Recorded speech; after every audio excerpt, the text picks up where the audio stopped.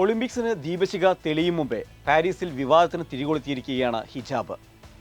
French sprinter സക്കുംബ സില്ല ഹിജാബ് ധരിച്ച് ഉദ്ഘാടന ചടങ്ങിൽ പങ്കെടുക്കുന്നതിനെ ഫ്രാൻസ് വിലക്കിയതാണ് വിവാദമായത്. 400 മീറ്റർ റിലേ ടീം അംഗമാണ് സക്കുംബ സില്ല എന്ന 26-കാരി. സില്ല തന്നെയാണ് ഇൻസ്റ്റഗ്രാം പോസ്റ്റിലൂടെ വിലക്ക് സംബന്ധിച്ച വാർത്ത പുറത്തുവിട്ടത്. പിന്നാലെ മാധ്യമങ്ങൾ സംഭവം ഏറ്റെടുത്തു.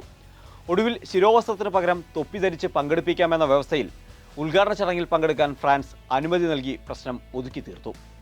എന്നാൽ വിവാദം പാരീസ് ഒളിമ്പിക്സിന്റെ നിറം കെടുത്തി. എന്താണ് ഫ്രാൻസിന്റെ ഈ വിലക്കിന് പിന്നിൽ? ഫ്രാൻസിൽ രാജ്യത്തെ കായിക താരങ്ങൾ മതപരമായ ചിഹ്നങ്ങൾ ധരിക്കരുതെന്നാണ് ചട്ടം. പൊതുയിടത്തിൽ ഹിജാബ് നിരോധിച്ച രാഷ്ട്രമാണ് ഫ്രാൻസ്.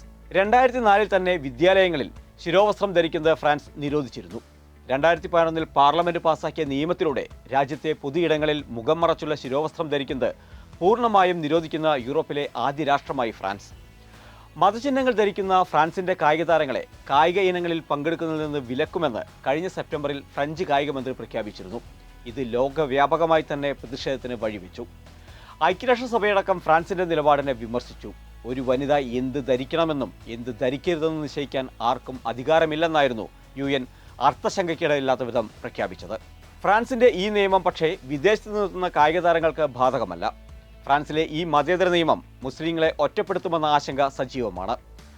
ഒളിമ്പിക്സിന്റെ പശ്ചാത്തലത്തിൽ ഇതിൽ ചെറിയ ഇളവുകൾ ഏർപ്പെടുത്തിയേക്കുമെന്ന സൂചനകൾ സർക്കാർ നൽകിയിട്ടുണ്ട്.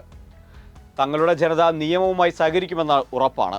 അതേസമയം രാജ്യത്തെത്തുന്ന അതിഥികൾക്ക് ബുദ്ധിമുട്ടുണ്ടാകാതെയിരിക്കാൻ വേണ്ട ക്രമീകരണങ്ങൾ ഞങ്ങൾ ആലോചിക്കുന്നുണ്ട് എന്നാണ് ഇത് സംബന്ധിച്ച ചോദ്യങ്ങളോട് കായിക മന്ത്രി പ്രതികരിച്ചത്.